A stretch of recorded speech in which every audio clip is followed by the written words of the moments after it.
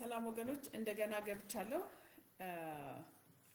አይ ዶንት ኖ እንደገና ይሄንን በጣም ኢምፖርታንት ስለሆነ አይ ካንኖት ሊቭ ኢት ልተወው አልችልም።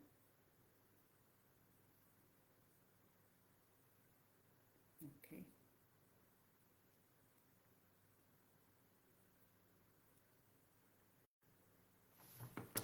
ኦኬ እንደገና አጠፋብኝና መጣሁ። እንደገና ምንድነው እግዚአብሔር ቃል እንደገና ብዙ ረጅም ቪዲዮ አይደለም ልስራላችሁ ጌታ ያስተማረኝና ምንድነው ኤፌሶን 4:26 ይልኛላችሁ። ኤፌሶን 4:26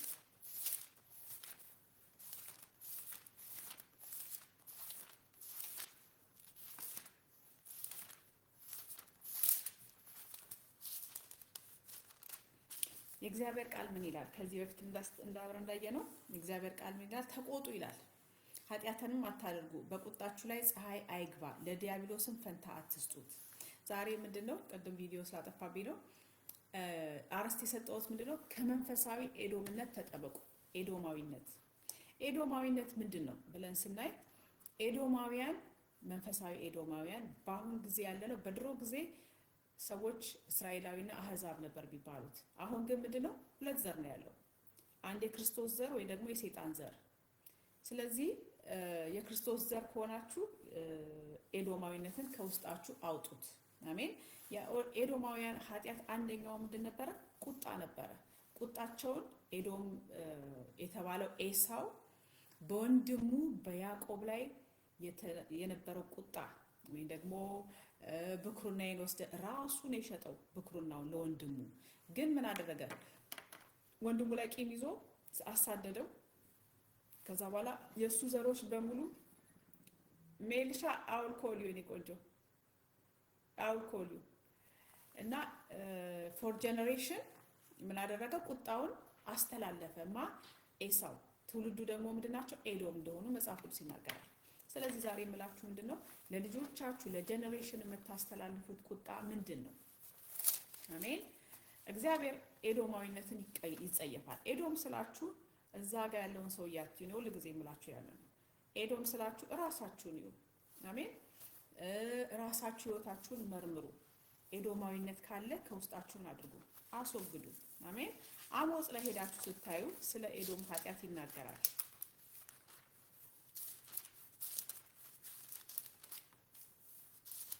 ትንቢተ አሞጽ ላይ 1:11 ላይ ምን ይላል እግዚአብሔር ቃል? እዚህ ጋር እንደገና ልንገራችሁና አሞጽ መጽሐፍ ላይ እግዚአብሔር የእስራኤል አምላክ ሆኖም ሳለ ግን ፍርዱን ደግሞ በዙሪያቸው ያሉትን አህዛብ ላይ ሲፈርድ እናያለን አሞጽ ላይ። እና እግዚአብሔር ለምንድነው የሚፈርደው? የዓለም ሁሉ ምን ስለሆነ ነው? ጌታ ስለሆነ አምላክ ስለሆነ፣ ተቀበሉት አልተቀበሉት በእነሱ ላይ ምንድነው ፈራጅ ስለሆነ ያንን እናያለን። እዚህ ጋር ግን 11 ላይ 1:11 ላይ ምን ይላል?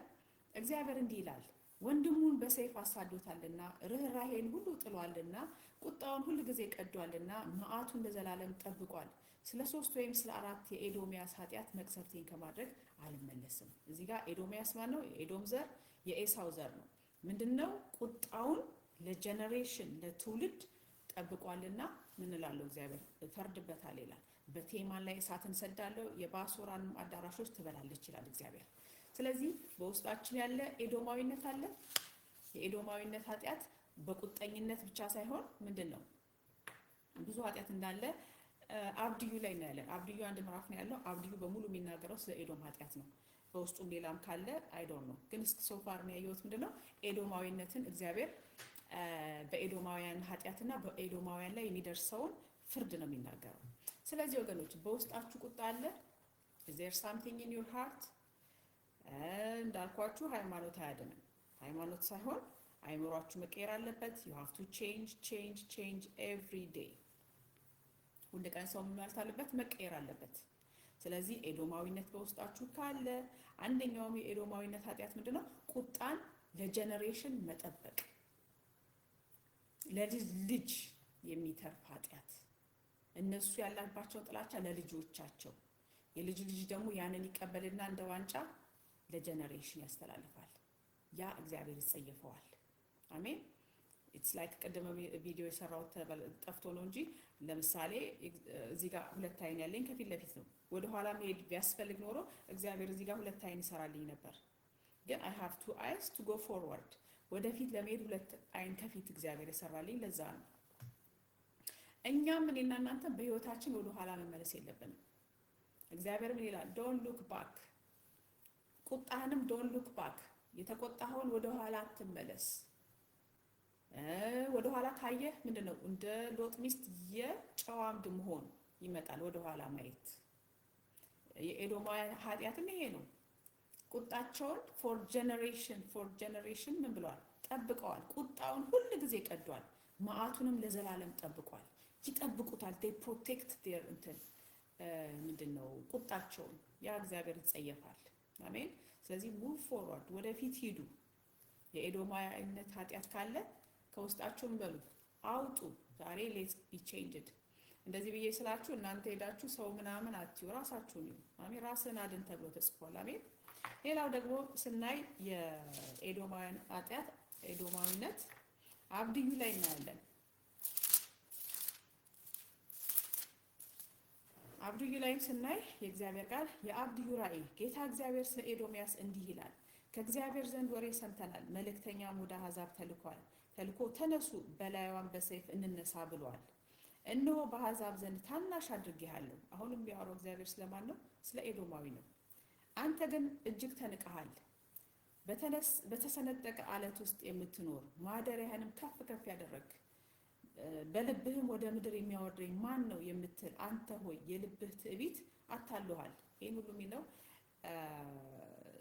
ስለ ሰይጣንም ነው ይላሉ። እዚህ ጋር ግን መጨረሻ ላይ ኤዶም እንደሆነ እግዚአብሔር ስለ ኤዶም ነው ይላል እግዚአብሔር ቃል። ስለ ኤዶሚያስ የኤዶም ነው የሚናገረው። ትንቢቱ ማለት ጌታ እግዚአብሔር ስለ ኤዶሚያስ እንዲህ ይላል። ስለዚህ ምንድነው አንደኛው ኃጢአታቸው ምንድነው? ኤዶማውያን በውስጣቸው ኤዶማዊነት ያለ ሰው ትዕቢት። ከዛ የልብህ ትዕቢት አታልሏል ይላል። እንደ ንስር መጥቀህ ብትወጣ ቤትህንም በከዋክብት መሃል ቢሆን ከዚያ አወርድሃለሁ ይላል እግዚአብሔር። ሌቦች ቢመጡብህ ወይንም ወንበዴዎች በሌሊት ቢመጡ የሚበቃቸውን የሚሰርቁ አይደሉምን? ወይንንም የሚቆርጡ ወደ አንተ ቢመጡ ቃርሚያ አያስቀሩምን? አንተ ግን ምንኛ ጠፋህ! ኤሳው ምንኛ ተመረመረ! የተሸሸገበት ነገር ምንኛ ተፈለገ! የተማማልካቸው ሰዎች ሁሉ ወደ ዳርቻ ሰደዱህ። የታመንካቸው ሰዎች አታለሉህ፣ አሸነፉህም። በበታችህም አሽክላ ዘረጉብህ፣ እነርሱም ማስተዋል የላቸውም። በዚያም ቀን ከኤዶሚያስ ጥበበኞችን ከኤሳውን ተራራ ማስተዋልን አላጠፋምን? ይላል እግዚአብሔር። ቴማን ሆይ ሰዎች ሁሉ ከኤሳው ተራራ በመገደል ይጠፉ ዘንድ ኃያላንም ይደነግጣሉ። ስቲል እግዚአብሔር አብድዩ ላይ የሚናገረው ምንድነው? ስለ ኤዶም ኃጢአት ነው። ወገኖች እኔና እናንተ ኤዶምነት አለ በውስጣችን። ዛሬ we have to be free ነፃ መውጣት አለብን። አሜን። ይቀጥላል እግዚአብሔር ስለ ኤዶም ኃጢአት ሲናገር በወንድምህ በያዕቆብ ላይ ስለተደረገ ግፍ እፍረት ይከድንሃል፣ ለዘላለምን ትጠፋለህ። አስቡ። ስቲል ኤሳው ምንድነው? በወንድሙ ላይ ነው የሁሉ ነገር ያለበት ጥላቸው። ምን ይላል? በወንድምህ ይለዋል እግዚአብሔር በያዕቆብ ላይ ስለተደረገ ግፍ እፍረት ይከድንሃል፣ ለዘላለምን ትጠፋለህ። በፊቱ አንጻር በቆምክ ቀን አሕዛብ ጭፍራውን በባረኩበት እንግዶችን በገቡበት በኢየሩሳሌም ዕጣ በተጣጣሉበት ቀን አንተ ደግሞ ከእርሱ እንደ አንዱ ነበርክ። ነገር ግን በመከራው ቀን ወንድምህን ትመለከት ዘንድ በጥፋታቸውም ቀን በይሁዳ ልጆች ላይ ደስ ይልህ ዘንድ በጭንቀትም ቀን በትዕቢት ትናገር ዘንድ አይገባህም ነበር። አያችሁ እግዚአብሔር የሚናገረው በጥፋታቸው ቀን በሕዝቤ በር ትገባ ዘንድ በጥፋታቸውም ቀን መከራቸውን ትመለከት ዘንድ በጥፋታቸውም ቀን በሀብታቸው ላይ እጅህን ትዘረጋ ዘንድ አይገባህም ነበር።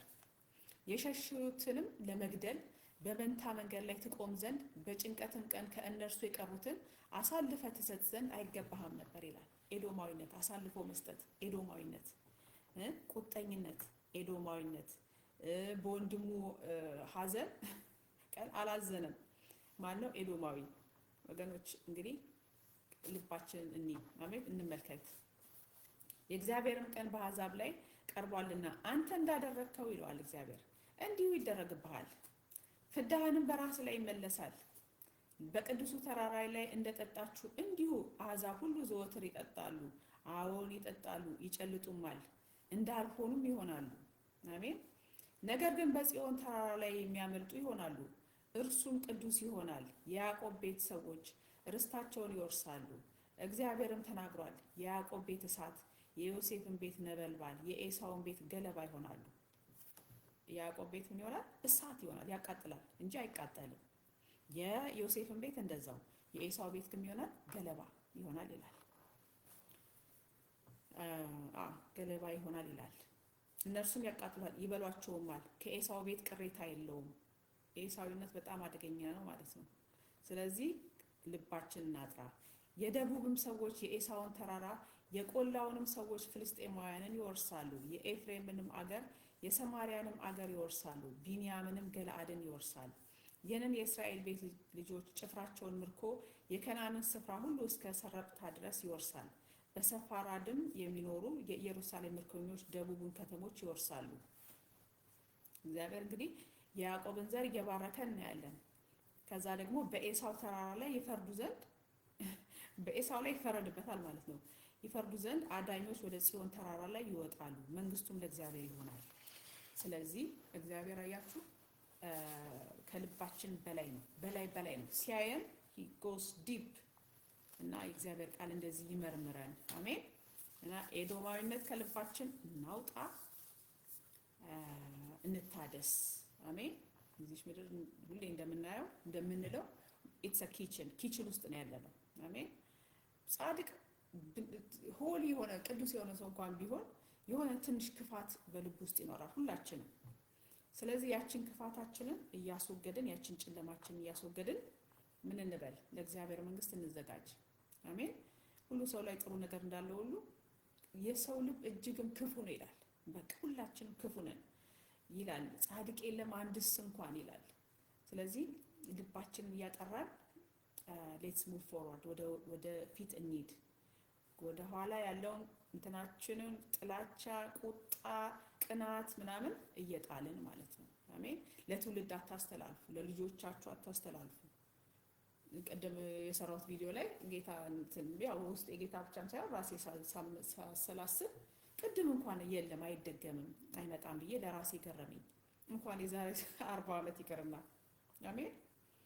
who can go back 40 ዓመት መመለስ ይቻላል እንዴ? 40 ሰከንድ የቅድሙ ቪዲዮ እንኳን መመለስ አልችልም። it's gone ሄዷል። እና ወደ ኋላ መመለስ ምንድነው? አጋንንት ነው። ያለፈ ታሪክ፣ ያለፈ ውድቀት፣ ያለፈ ምናምን የሆነ ብር አልነበረኝም እንትና እንደዚህ አድርጋኝ ከዛ በኋላ እሷ ላይ እንደዚህ ድረስ ይሄ this is typically አጋንንት። እና ከልባችሁ የነገር አውጡ። አለፈ በቃ it's past, it's a new day። አዲስ ቀን፣ አዲስ አይምሮ ታደሱ። አሜን ይላል እግዚአብሔር ቃል። እኔ ያልኩት አይደለም። renew your mind ይላል መጽሐፍ ቅዱስ። አይምሮአችሁን ታደሱ እንጂ ሃይማኖታችሁን አድሱ፣ ሃይማኖታችሁን ቀይሩ አይደለም ያለው እግዚአብሔር ቃል አይደለም። renew your mind አይምሮአችሁ ይታደስ።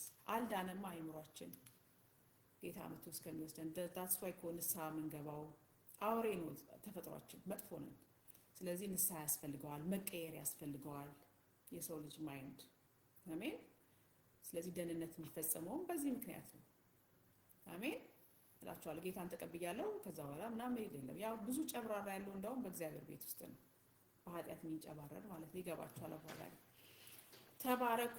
ስለዚህ ይሄንን የአብድዩ መጽሐፍ ላይ የተደረገው መጽሐፎች ያሉትን እንትኖች ሁሉ ከውስጣችን እያወጣን ሙቭ ፎርዋርድ፣ ወደፊት ሂዱ።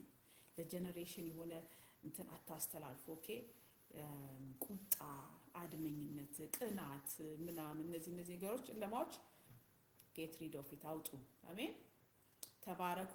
the lord is coming። የእግዚአብሔር መንግስት ራሱ እኮ ደጁ ጠባብ ነው። አሜን። እዚህ ጋር እንደውም ቪዲዮ ለመስራት አይመቸኝም እንጂ ሻንጣ ይዤ አሁን ለምሳሌ ትልቅ ሻንጣ አለኝ። የሆነ ሻንጣዎች አሉ ሁሉ ሰው ያን ሻንጣ ይዤ እንደዚህ ሁለት ሻንጣ ይዤ በሆነ ጠባብ በር ውስጥ መግባት እችላለሁ እንዴ? አይ ካንት። ቀላል የእግዚአብሔር መንግስት ኮተት ተይዞ አይገባም። ፓስት ሂስትሪ፣ ያለፈ ታሪክ፣ እንትና ያለችው ከበደ የተናገረው ይዤ እግዚአብሔር መንግስት አልገባም።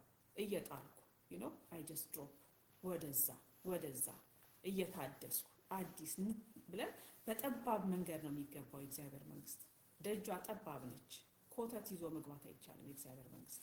አሜን። የጀነሬሽን እንኳንም ጀነሬሽናችን ያላወቀን አንዳንዶቻችን የእነሱን እንትን ይዤ መግባት አልችልም። አሜን።